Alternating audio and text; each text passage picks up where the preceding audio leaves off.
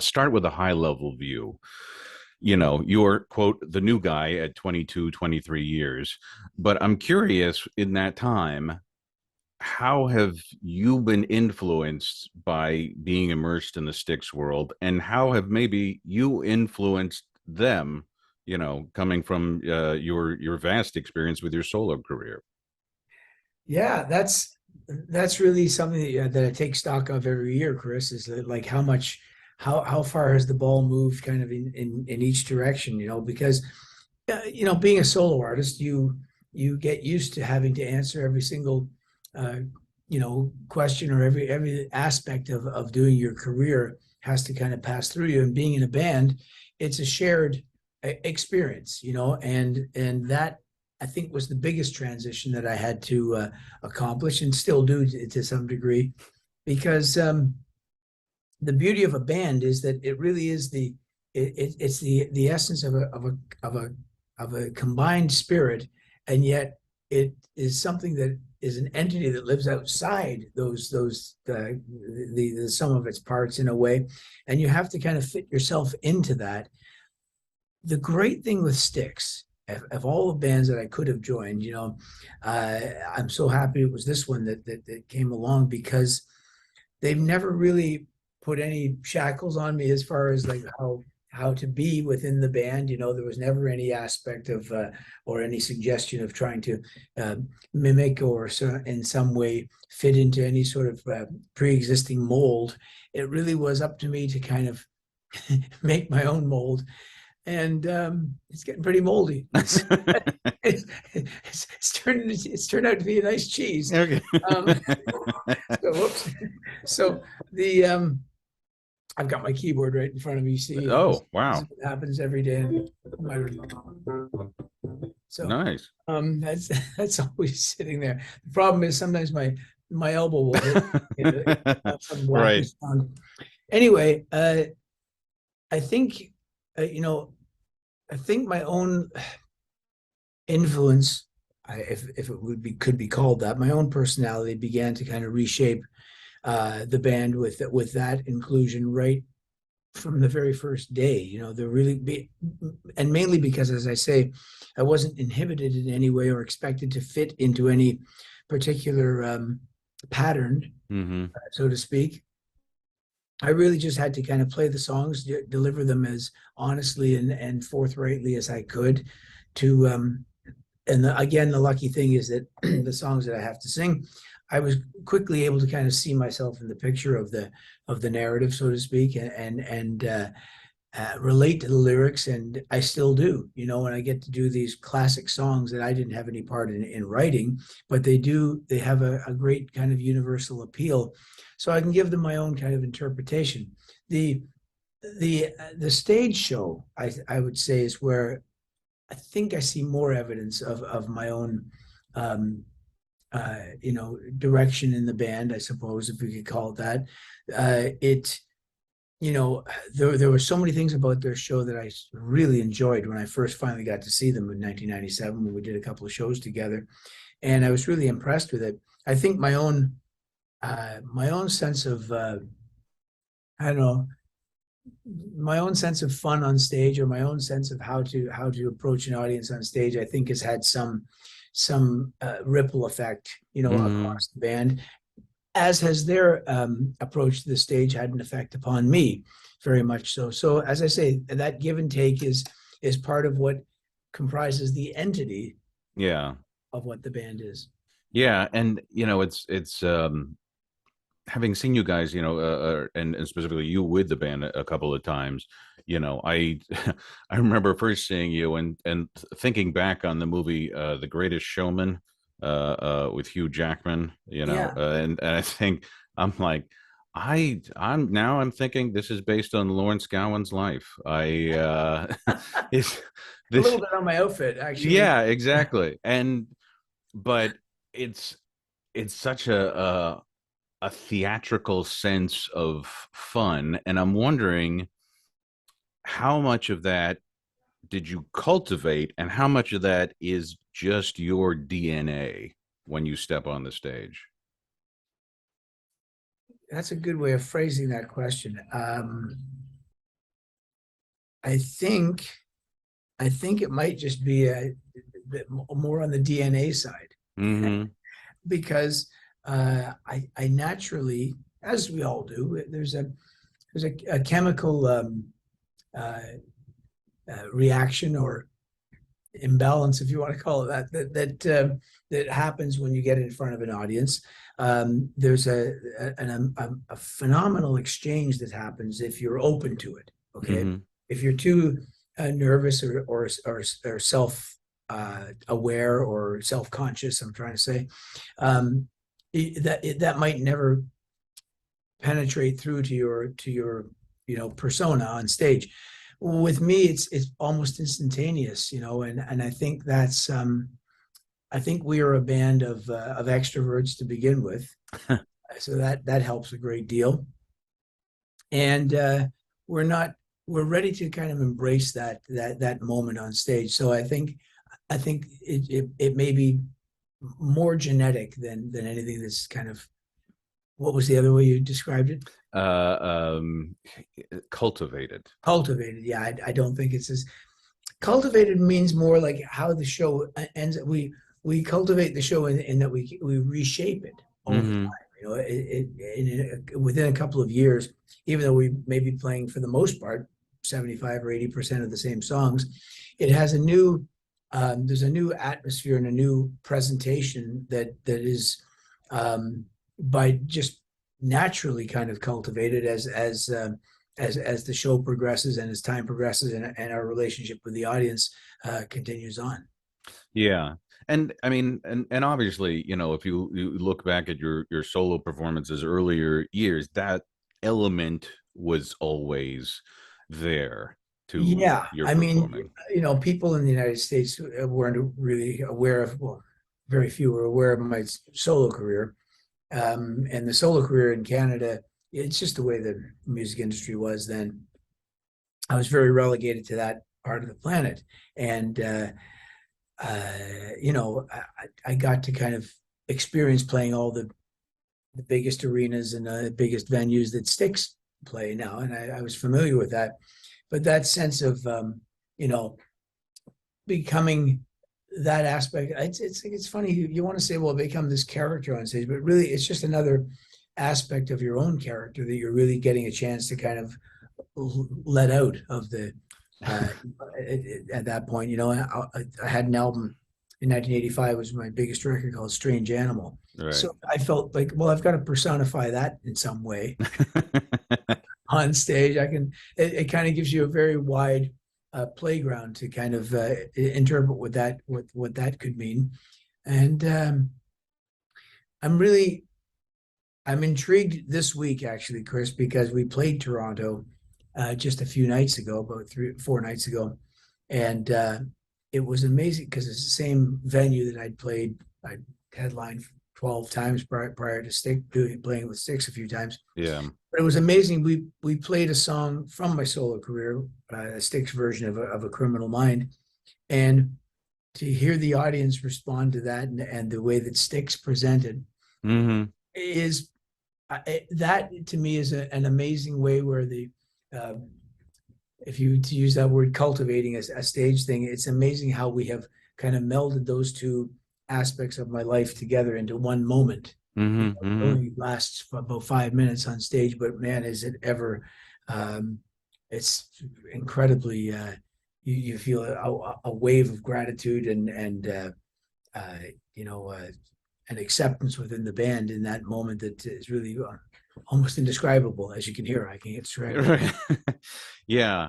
And and going through your soul material, and I encourage people to delve into it because there's some fantastic songs in your catalog. But it was interesting doing a kind of compare and contrast your solo work, and use the example of A Criminal Mind. Even darker tunes have a lighter feel to them.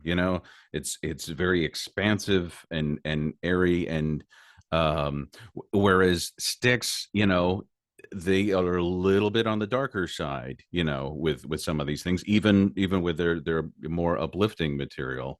Yeah. And I'm wondering, as you've bounced back and forth now between Sticks and your solo work, have has that influenced how you perform, say, your solo material?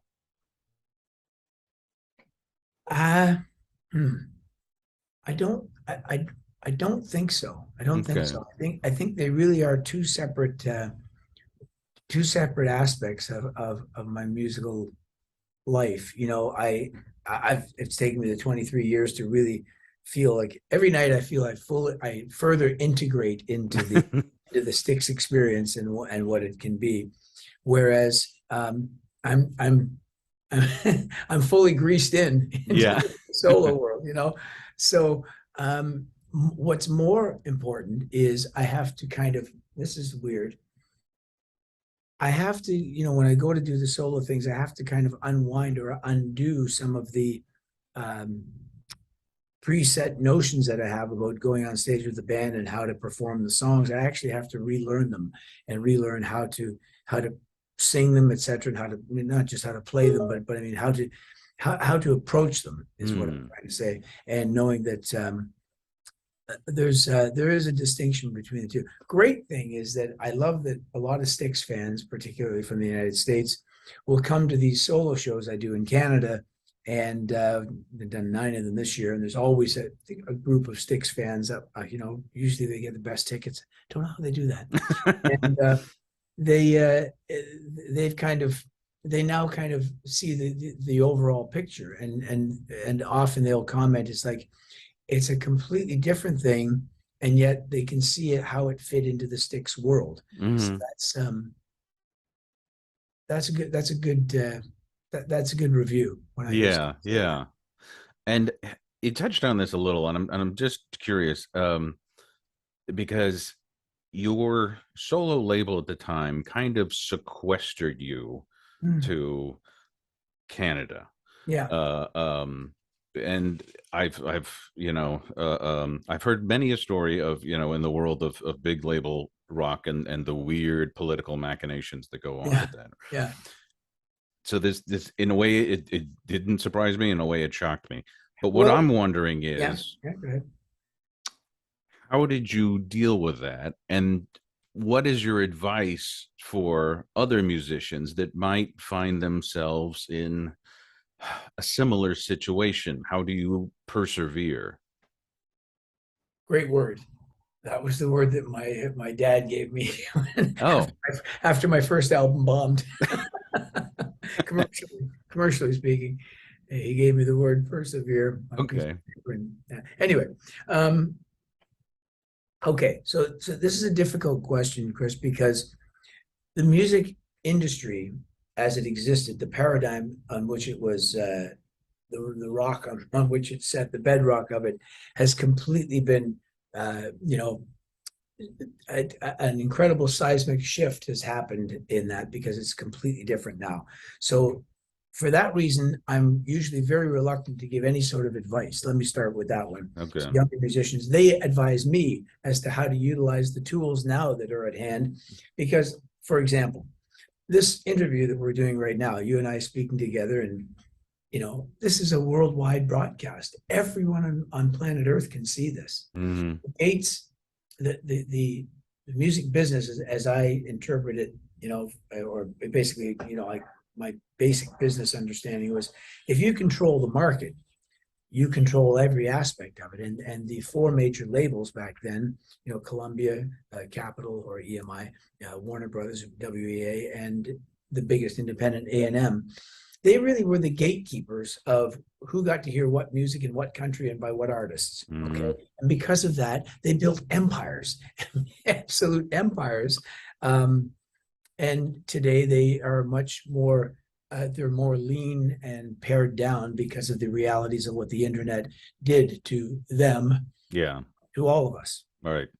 Okay. So for that reason, they would very much carve up the world.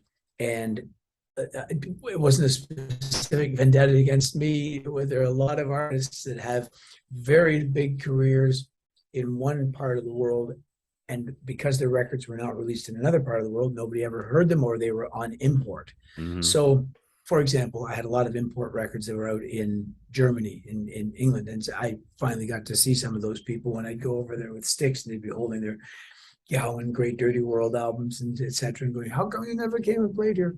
Yeah. And so, um, but you were asking another part of that question, and that is that psychologically, yes, it was. And as I reflect on it now, I really like the way the whole story has played out. I have to say that Mm-hmm.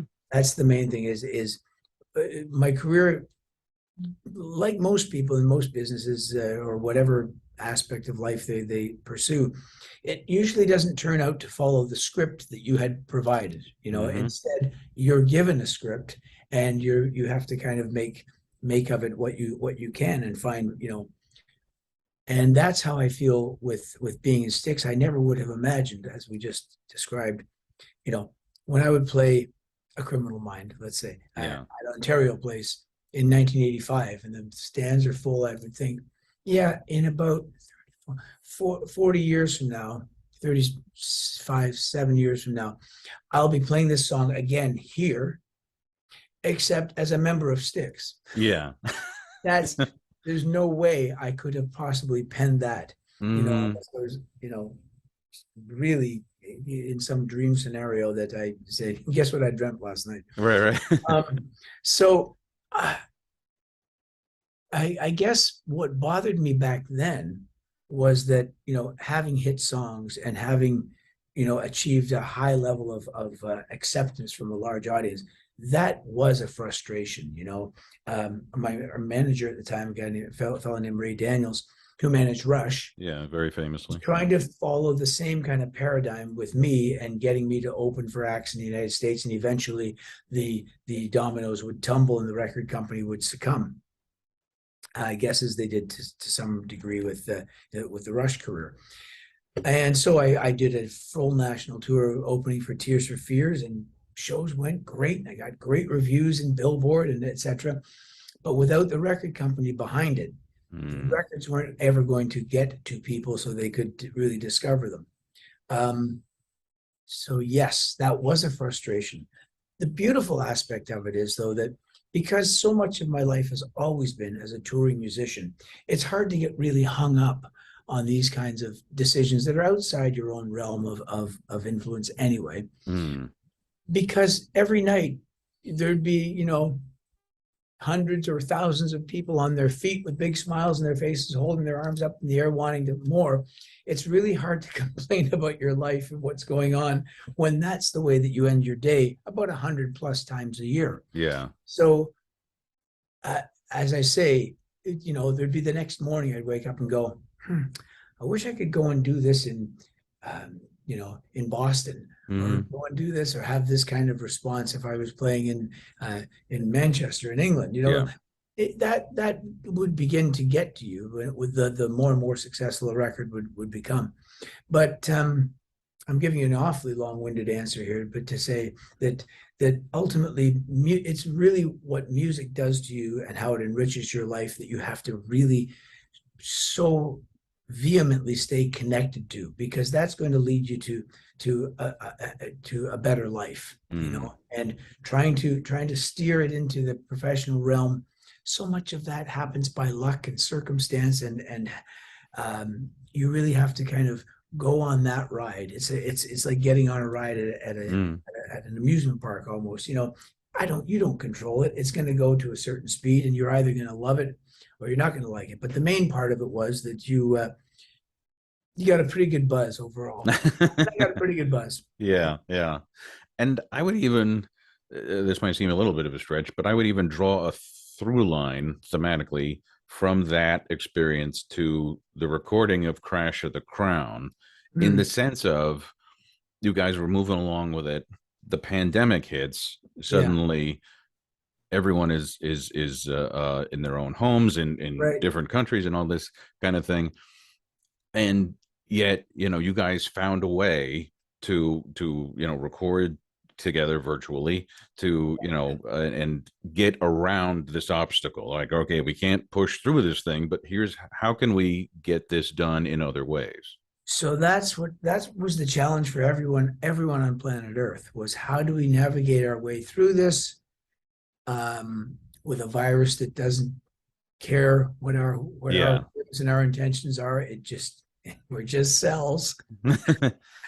And the great the disappointing thing for us, I have to say, was that we had made the mission entirely with all of us in the studio together and had that experience like a band would in the 1970s, a band like Styx, where we're in each other's faces and our phones are all shut off for 5 seconds, and we can actually embrace that method of analog world of how to make music as a band and have it sound like it came from that era.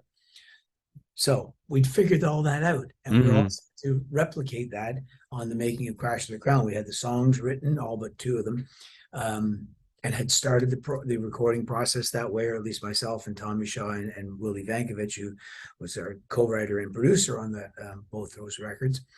And suddenly this interruption happens. And like everyone else, we thought, well, God, it's a drag. We'll have to stop for maybe as much as, 6 weeks, maybe even 2 months, and then before we can get back to it. And at the 2-month mark, when we thought, oh, once again, not following our script. Yeah. This could be indefinite.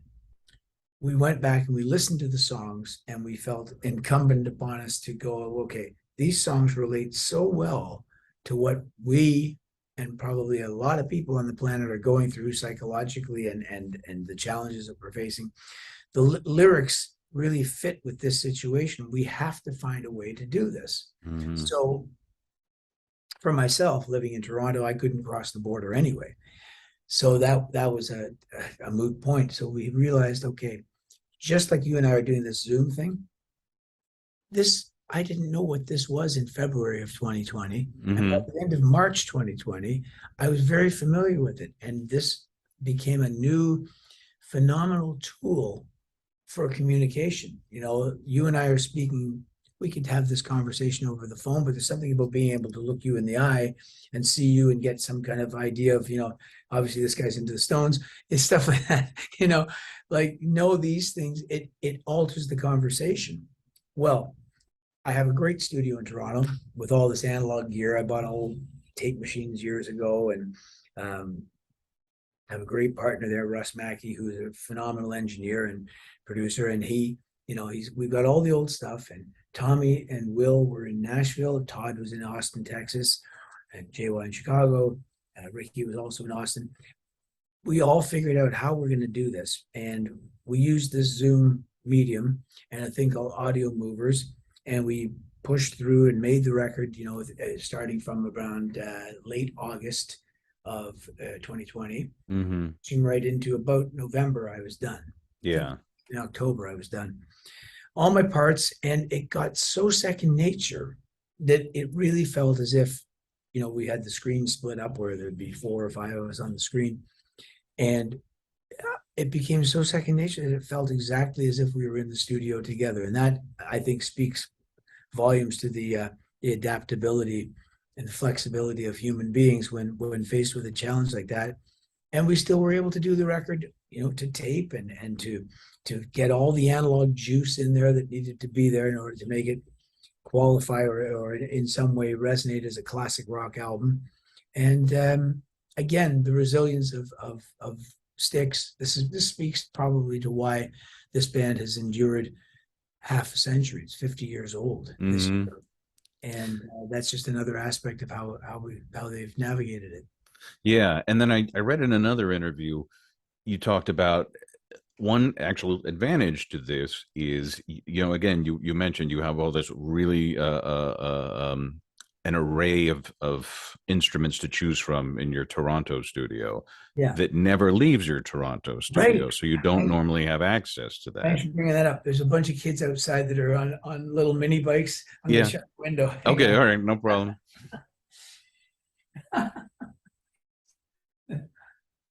There's a kid.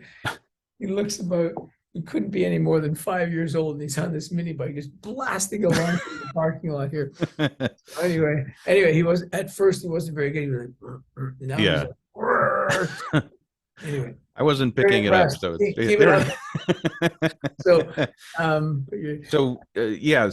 read you have access to all this, these great instruments that you don't ever never Move. leaves your Well, studio, I and mean, I have, suddenly, for example, I have a Mellotron from 1971. If you move a Mellotron, like if you move it from here to here, it's yeah. broken. So it's like I So didn't dare move it, but I got to use that on Crash of the Crown. I got my old mini, right, my old Oberheim. There's a 1926 Steinway piano, using that. There's a 1950s B3. We're using that. So these were great things that never would have happened had it not been for that, because I would have had to call those instruments together in Nashville as we did on the Mission, and but I'm very pleased with that. Every single night that I hear our closing music at the end with Common Ground, it's got, I hear sounds in there of those are those keyboards that are from the studio that I've kept over all these years and got to finally use on another record. yeah. And in addition to it offering you different sounds, different tones, different musical colors, did having access to those instruments maybe changed or influence how you composed pieces for Crash of the Crown? Undoubtedly. I mean, how I composed the parts that Yes. went into it. Yes, very much so.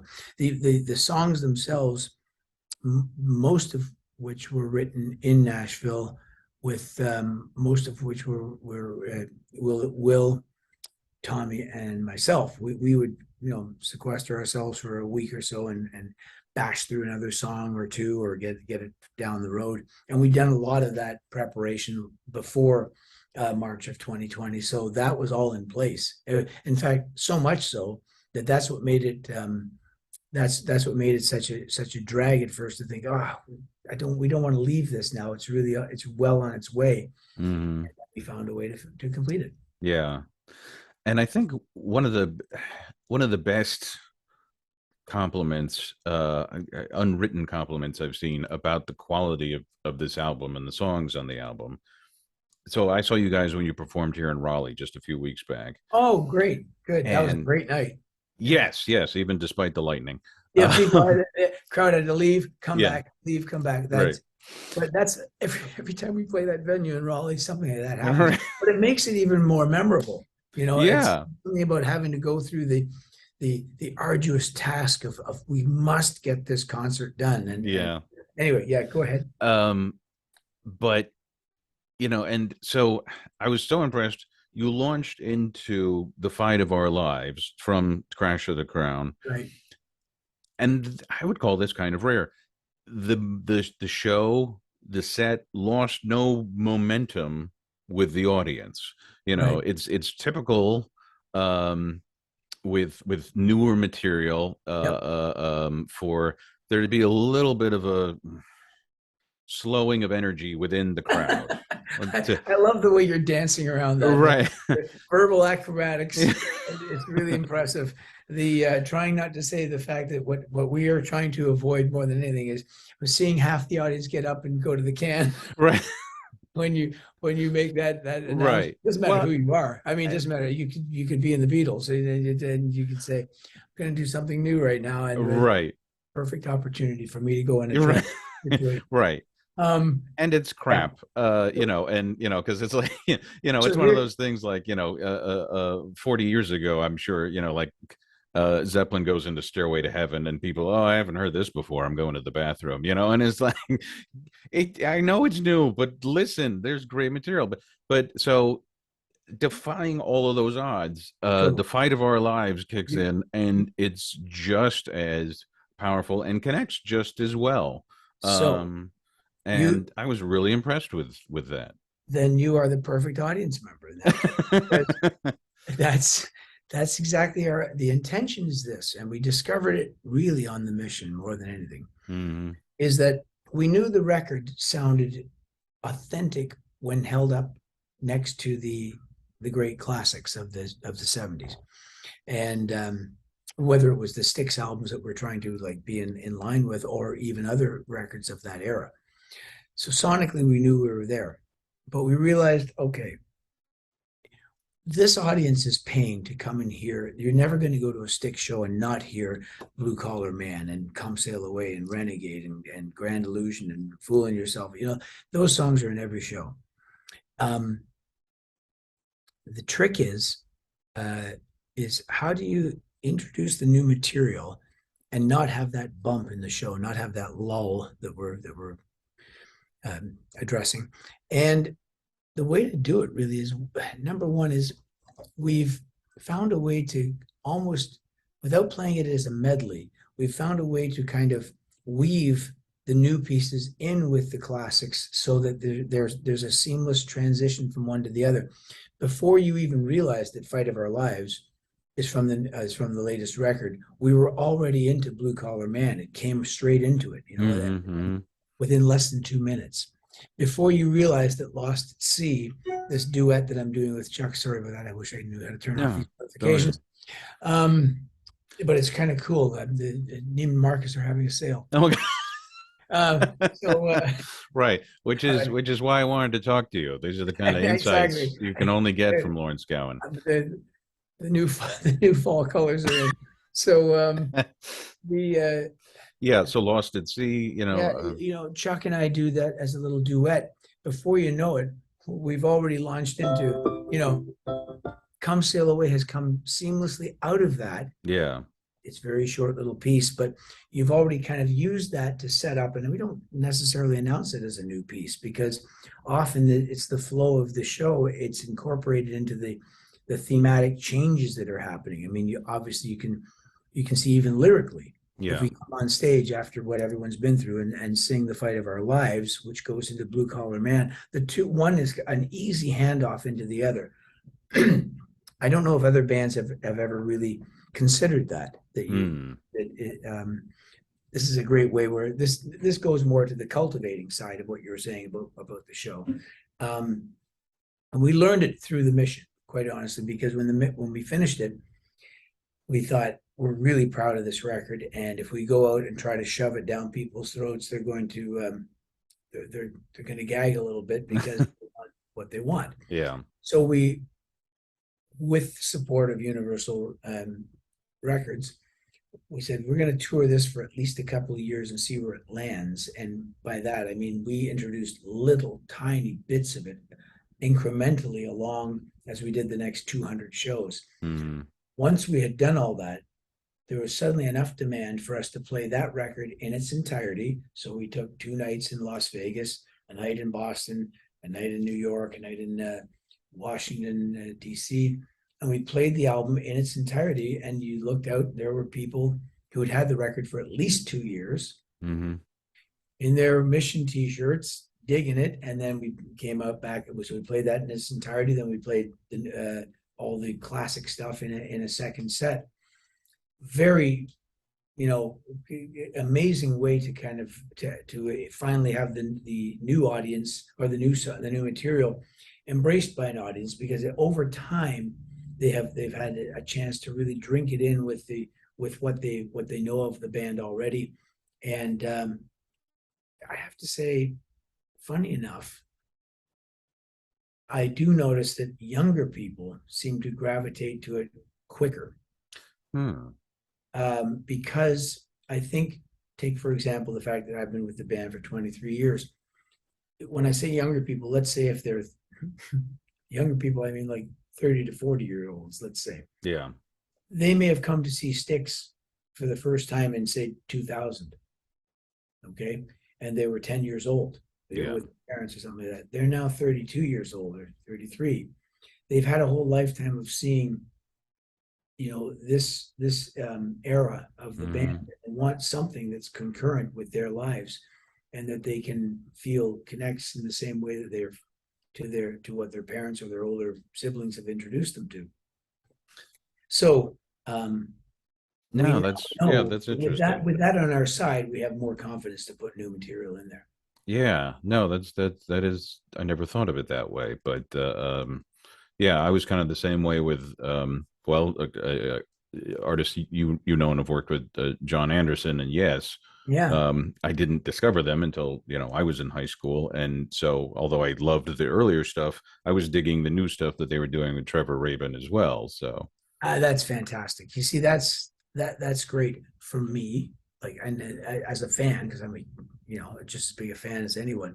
I remember when Trevor Rabin came into the band, typical of any fan, I'm thinking, well, if they don't have Steve Howe, is it yet? You know what I mean? Already, Yeah, I'm setting up a prerequisite prejudice right. that I feel is the right thing to do. And then when I hear owner of a lonely heart. Yeah, Oh shit! I love Trevor Horn. I love his production. I really love the Buggles. I love the Yes album he did with Drama, yeah, and that didn't even have John Anderson, which is like that's impossible. That's it. So yeah, the impossible had already been done by the band, to my right. mind. And when I heard it, and I heard John singing and everything, I'm like, oh my God, they've made the transition from that 70s thing into the 80s. And much of that, I would say, has to come down to the inclusion of Trevor Rabin. And eventually you hear it all as one big canon of work now. Yeah, That it's seamless to me that there are integral members all along, all of which can pivot to any era of that band because they're all just as authentic. yeah. And then staying with the idea of other artists you have worked with, one of the cool surprises for me in doing research for this was I consider Rush to be one of the more difficult bands to cover Yeah, because for sure. it's, well, like Styx, they have such a unique, iconic sound. Yeah. And but I got to say, your cover of Limelight was really Ah, fantastic. okay. And you did it, when Neil Peart passed away, and you performed it in concert. I would love you to release that at some point, because you really took it, and well, that's what I'm wondering is, how did you pull that off, in the sense that you're honoring this classic song, but you also made it your own, you know?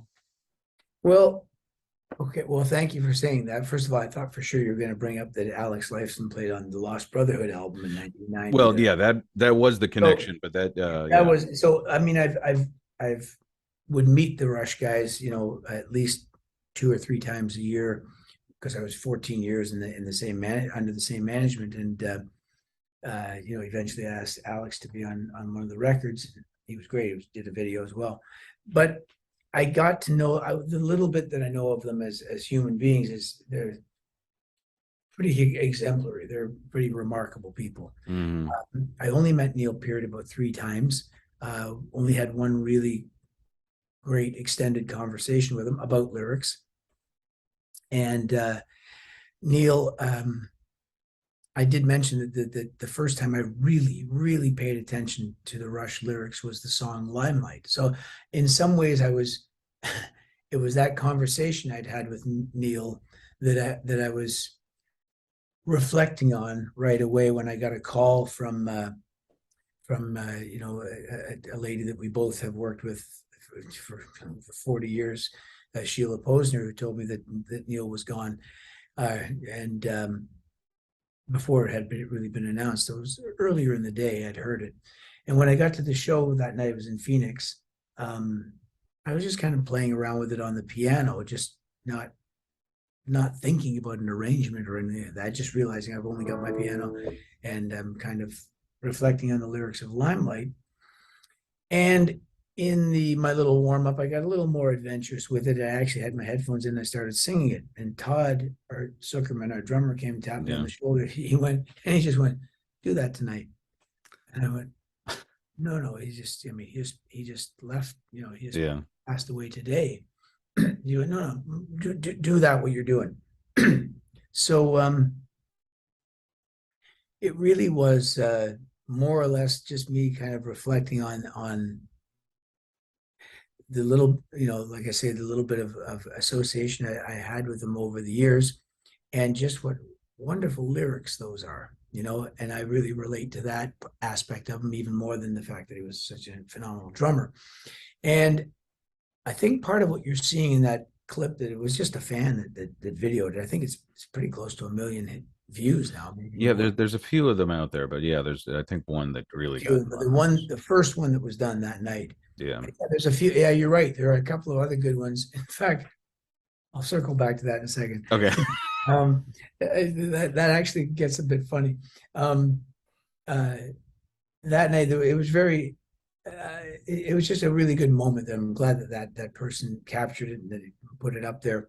What was I going to say? Yes, Todd commented on the poignancy of the fact that everyone left the stage. Then it's usually I get a moment on stage, a couple of minutes to kind of just do a little repartee with the audience, with just myself on piano. And in this instance, he said it was really, this stage revolves in Phoenix, Mm. and that theater.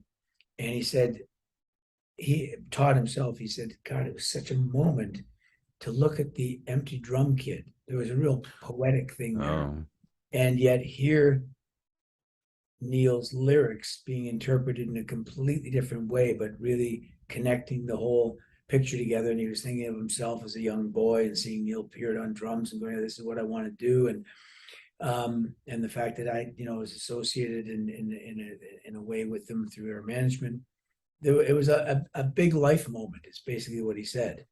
And I was really surprised by the reaction the next day from people that were suddenly viewing it. And I think by the next morning it was over, like, there was like, I got a call from our manager and said, that thing you did last night is over 250,000 people have watched it. So, right. and you're like, oh, okay. 2 nights later, this is the funny part. Mm. It's that 2 nights later, we were playing in Los Angeles, and Libby Gray, our lighting director, came up to me and said, as I'm entering the building this morning, she said, there was a big, person out there with big sticks, had all the stick stuff on. And right next to them was a person with a Rush shirt on who said, are they going to do Limelight tonight? Wow. First question of the day. I thought, that's very funny. Yeah. There's always humor in there. Right, right. As sad as it was, but I thought that was good. That's great. I've already kept you longer than I told your I haven't publicist I even would. looked at the watch. Yeah, Okay. it's great. Yeah. But if I could squeeze in a couple more questions, Yeah, no problem at all. okay, cool. Um, the again, going to your showmanship on stage, I'm curious about what gave you the idea and when did you start using a keyboard pedestal that can revolve and spin quite fast, actually. We're gonna go right back to the last answer. Funny enough, Oh, I had a song called Lost Brotherhood, that has a very kind of cool little piano intro to it. It's a dark song. It goes on this street, on this strip. No one's ever free from their grip. You were weak. It was anyway. Alex Lifeson plays guitar on that song. yeah. The title track from Lost Brotherhood, 1990. Well, I called him with the much as I did with John Anderson on Moonlight Desires. I called him and said, "Look, they're giving us a budget to do a video for this song, and I'd like you to be in it." And I'd written up the storyboard, more or less, and worked with the director and said, can we do something like this and something like this? And then, of course, it's up to their art department to figure out whether this is doable under the budget, etc. And at this part, I said, basically, it'll be a bit like Animal Farm. And it takes place in a barn, and it's a song about gang mentality, etc. And we're in the barn, and we're using the metaphor of, gangs have very much like the animals in Animal Farm are Right. beginning to cling together. And Alex, though, when he plays his solo, he breaks out of the barn. So the barn's kind of on fire, it's smoking, and he breaks out of the barn, blows the solo as a soloist, so alone, like a great moment because he's apart from any gang affiliation, let's call it that. Loose. Yeah. Although it was 1990, I was still pretty much stuck in the 80s video. So I then realized I'm going to look really boring in this video because I'm going to be stuck behind the piano playing this bit, and I'm going to be basically there with the piano player's dilemma, being behind the desk, trying to make it look like I'm physically involved.